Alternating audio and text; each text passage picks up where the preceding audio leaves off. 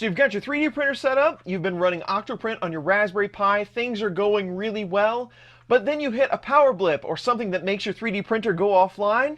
How would you recover that 3D print? There is a plugin for that. Hello everyone, Chris here. As a new 3D printing user, one of the best upgrades that you can make, in my opinion, is installing OctoPrint. OctoPrint is a host that most commonly gets installed on a Raspberry Pi, but you can stream G-code and control your 3D printer from that host, and it just makes the whole 3D printing experience that much better. One of the drawbacks we've always had with running OctoPrint is if there were a power failure or your printer becomes disconnected for any reason, you're going to lose whatever 3D print you were working on at that time, because it can't figure out where you were in that G-code file to get back there to be able to recover it. Now there is a plugin called Power Failure that can do this sort of thing, and I've been testing it and it works really well. So this is one of those plugins that you're probably going to want to add to pretty much any install of OctoPrint, so it's there just in case you ever were to need it. Now, power loss recovery has been implemented on a lot of 3D printers over the years, but it's usually some sort of install that's tailored towards that 3D printer, like on a Prusa machine.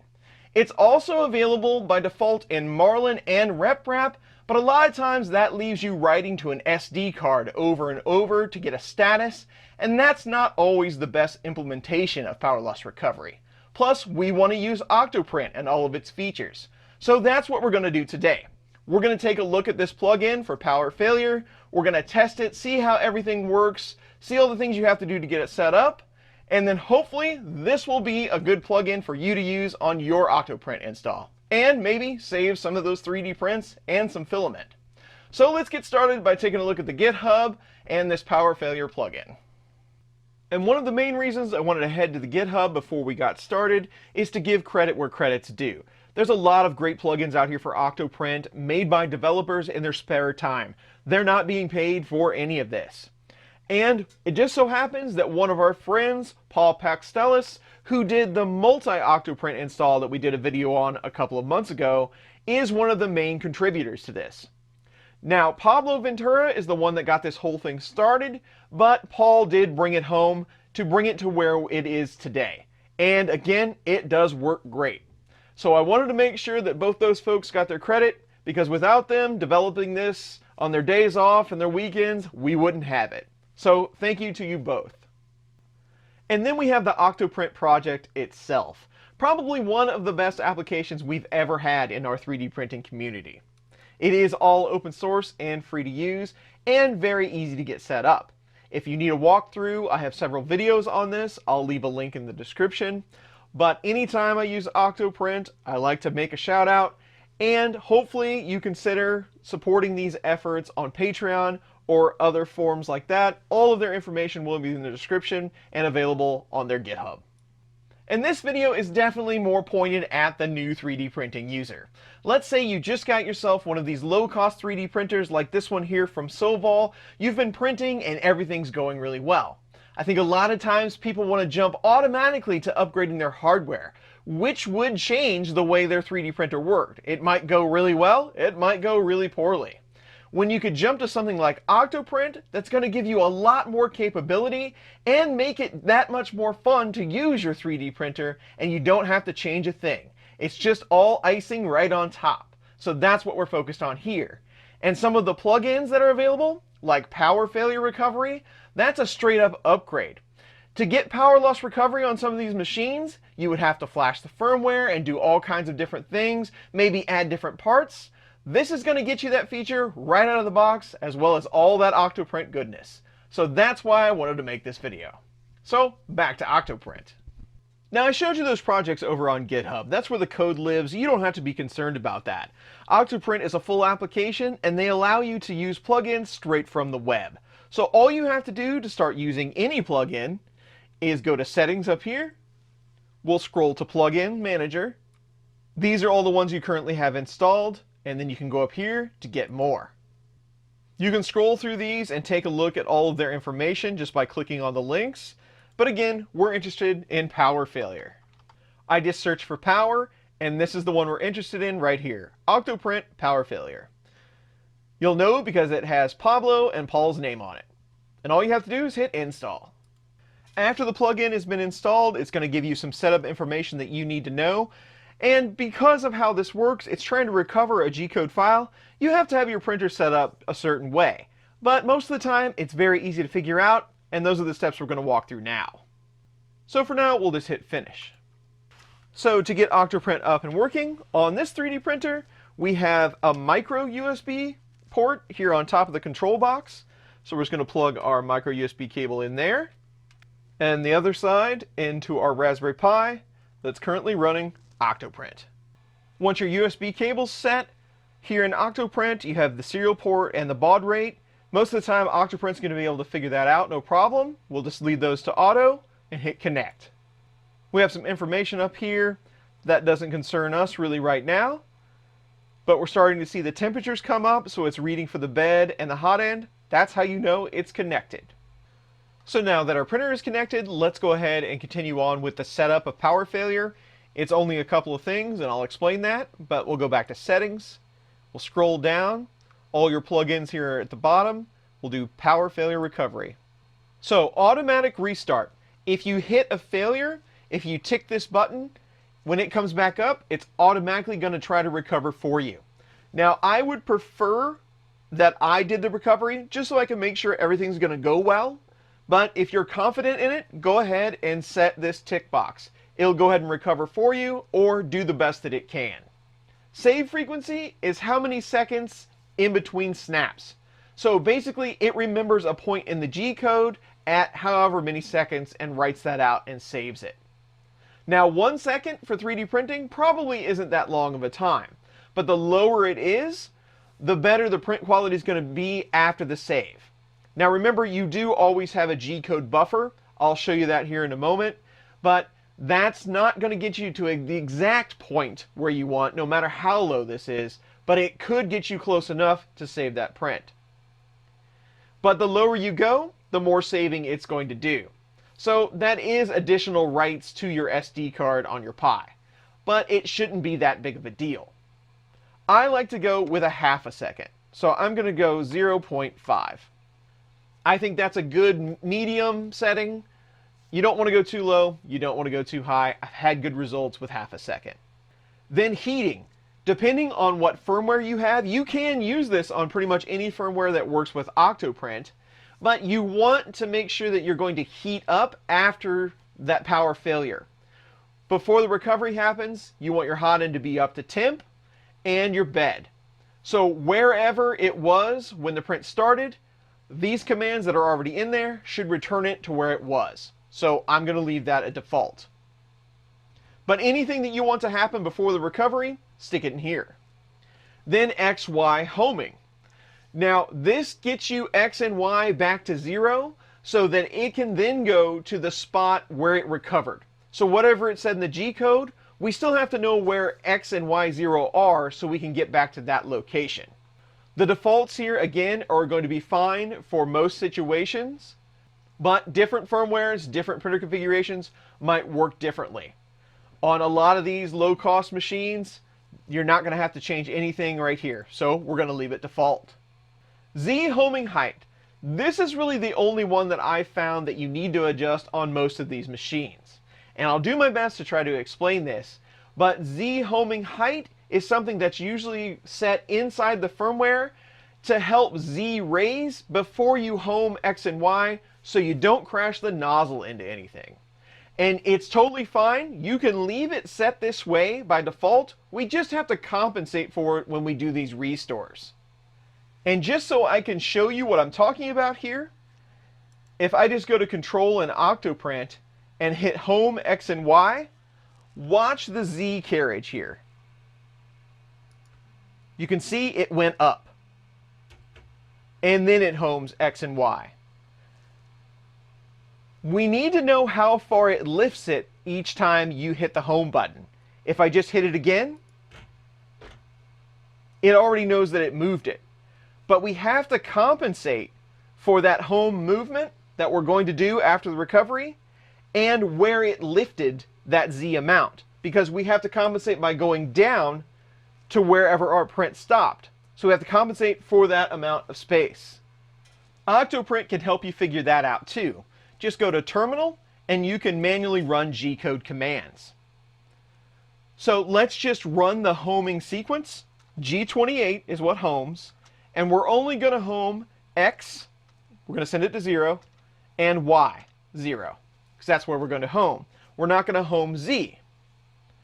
This will trigger that Z home height, because it has to move Z that amount that it's set in the firmware. So we'll hit it. It's going to do the homing sequence. We'll turn off auto scroll for a moment. But you can see it took it to home, X0, Y0, and it made Z lift 10 millimeters. So each time you home, it's going to try to lift Z that amount. That's how it's hard set in the firmware. We just have to compensate for that. It's built into the plugin, so now that we know our printer does 10, go back to settings, Z home, Z homing height, it's 10 millimeters. Done. Now it will compensate for that every time it tries to recover.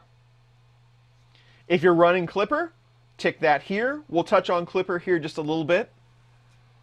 This printer does run Marlin. The next tick box here is Enable Z before XY. Depending on your printer configuration, if you need to turn Z on before you home XY, if XY were to try to move Z at all, you need to energize those motors to keep it from moving. That's where you tick this box. The i3 style, it shouldn't have a problem with that, but just keep that in mind if you have a configuration that needs it, as well as sagging Z values. That's the same kind of thing. But if you have a predictable amount that the Z might move after the printer turns off, you can add this in here to compensate for that. So say you have a configuration that your Z falls 20 millimeters after it's been powered off, you can put 20 in here and it will get you back to where you were. Just more features to get more printers able to use this. And then in your G-code stream, this is what it's going to inject into the recovery file to be able to do that recovery. You can add other things here if you need them. The defaults are going to work just fine for most of it, but you can kind of see what it's doing. We're adjusting some values. We're deactivating the end stops. This is all so that it can make movements. We're correcting that Z homing height, what we entered before, that 10 millimeters, and then we're activating the end stops. Just getting ready to do that recovery. So we can start reading that G-code mid-file. Extrusion priming, if your hot end cooled down or it tends to leak a bit and you might not be ready to start extruding right away after the power comes back up, you can add just a little bit just to make sure you don't have any gaps. And you can set its initial feed rate, whatever your extruder might need. Again, defaults work pretty good. And then another section for G-code here all about priming. Again, this is all what it's doing when it gets ready to start that print again, adjusting fans, making sure there's enough filament there ready to go to start that print. So if you need additional things, more clever stuff, throw it in here. Again, defaults work pretty well. All in all, this is a pretty well-rounded plugin that on a lot of these machines, especially the low-cost i3 like this one here, it works great out of the box. So that's all we need to do. We'll just hit save. And you don't need to do anything to your G-code to get this to work. So I just used Prusa Slicer. It's going to work for pretty much anything. Prusa Slicer does have a default profile for this SV06. I haven't changed anything about it except for the walls and no infill, that kind of good stuff, because I wanted a quick print. But I'm going to export my G-code. Head to OctoPrint and hit upload. My G-code's there, ready to start printing, and we'll just let it start printing. So our printer is off and printing our test part. We'll let it get a few layers in before we do our power loss tests. While that's doing that, let's talk about Klipper for a moment.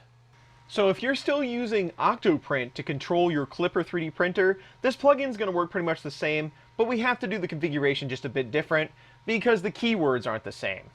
But if you're used to using OctoPrint for this, you can just go to your editor. This is the Octo Klipper plugin. We just need to update our printer.cfg a bit. If you're using Safe Z Home, this Z hop setting, that's the same setting as Z home height that we talked about before. So if this printer was running Klipper, we would tick that Klipper box in the plugin and still set it to 10. But this is the setting you want to look for when you're setting up that plugin. You also need to add a section called force move. So you can do brackets, force, underscore move. And under that section, you're going to want to type in enable, underscore, force, underscore, move, equals true. All this does is enable you to move your axes, like Z, before you home. That just enables the printer to get the printhead out of the way so that it can restore that file. So if you're running Klipper, again, you can do it exactly the same way. Just make sure these settings here are configured correctly. Now, on to the testing. So we've printed a few lines, everything's going well. The first test we're going to do is if you get disconnected from your Pi or your host, if we just unplug this cable. Now, you saw it, the printer continued to print for just a little bit. That's the G-code buffer. So when you get disconnected, whatever's in that buffer will go ahead and print, or try to, but whatever's in that buffer you will lose. It should be a very small amount depending on the part that you're printing. You can adjust that buffer. I don't recommend you do. You can do that in the firmware, but you're going to lose that much at least because we can't recover that. But now we're in a stop state. Remember, we just got unplugged from the printer. And the screen here still says printing. So it's very confused about what's going on. So if something like this were to happen, I recommend at this point just to turn the printer off. Let the board clear out whatever it might have been doing. Turn the printer back on.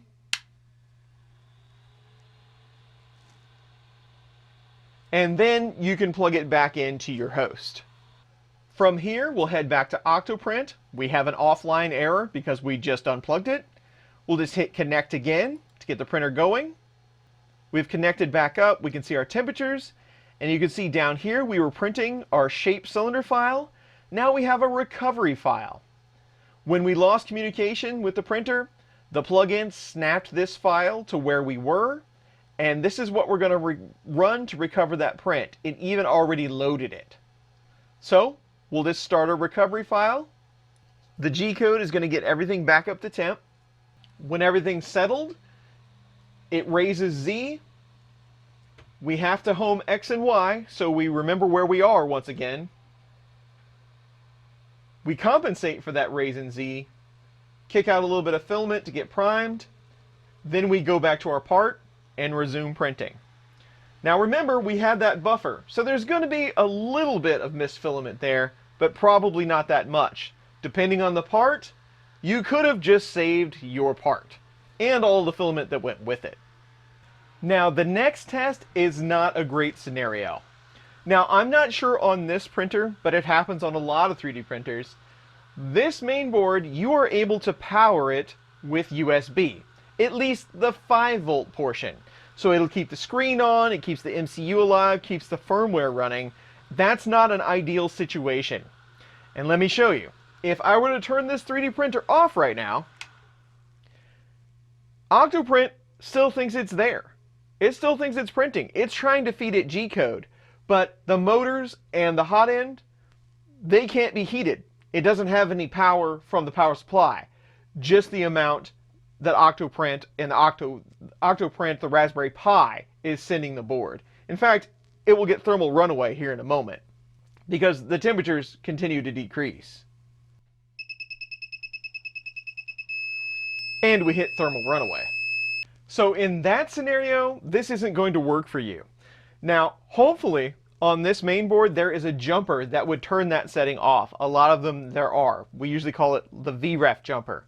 But you can switch that so it isn't powered by USB, it's just powered by the PSU. Then your function will go back to operating normally. This isn't going to power up, you'll see it as a failure, and you'll be okay. Now, for the next test, what if we lose power to the printer and the Pi at the same time? So this time, we're back up and running. We're printing our part again. What if we have an all-out power failure? we lose it to the Pi and the printer. So you can see LED there, the Pi is on, so is the printer. Let's just kick off the power strip.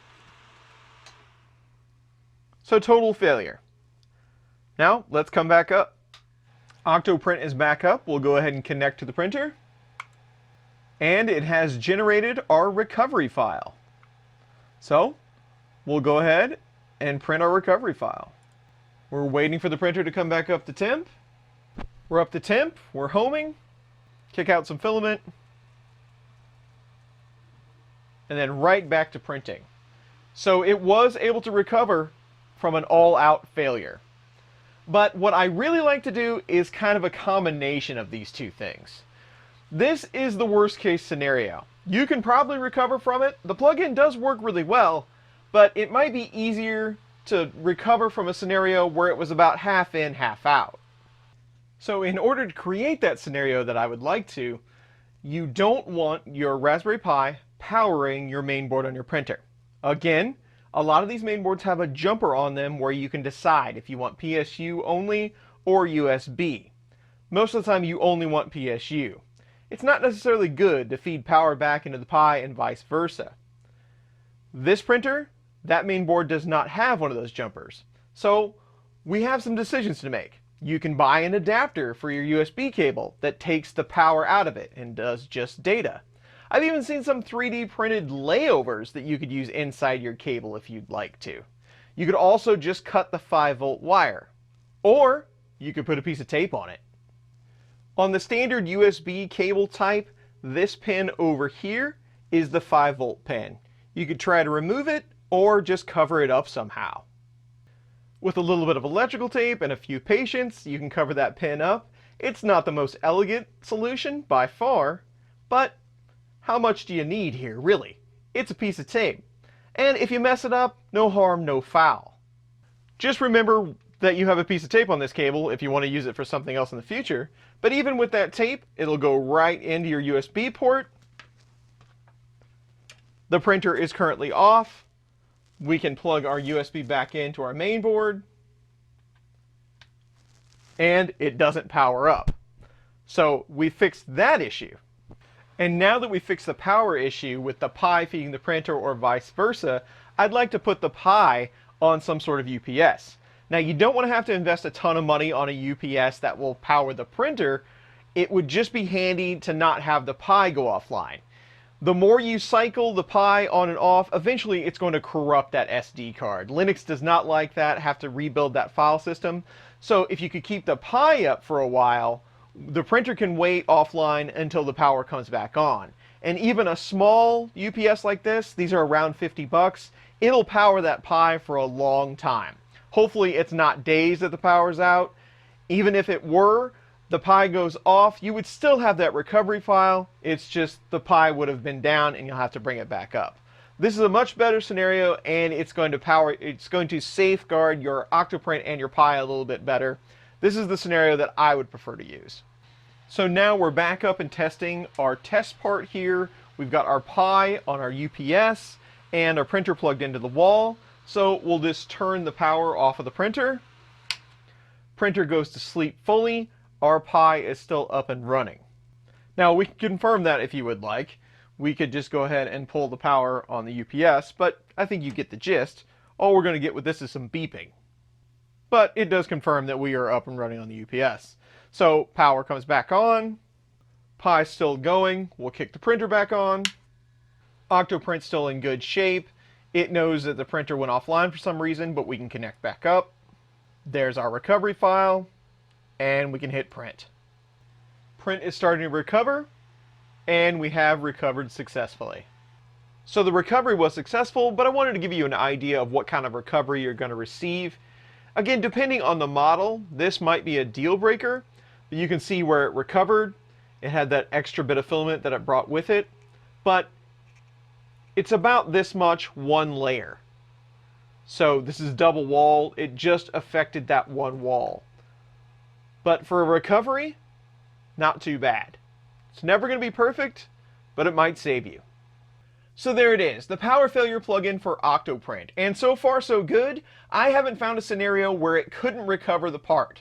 Now, it might not look so great, but the part was still functional. Also, you want to talk about bed surfaces here.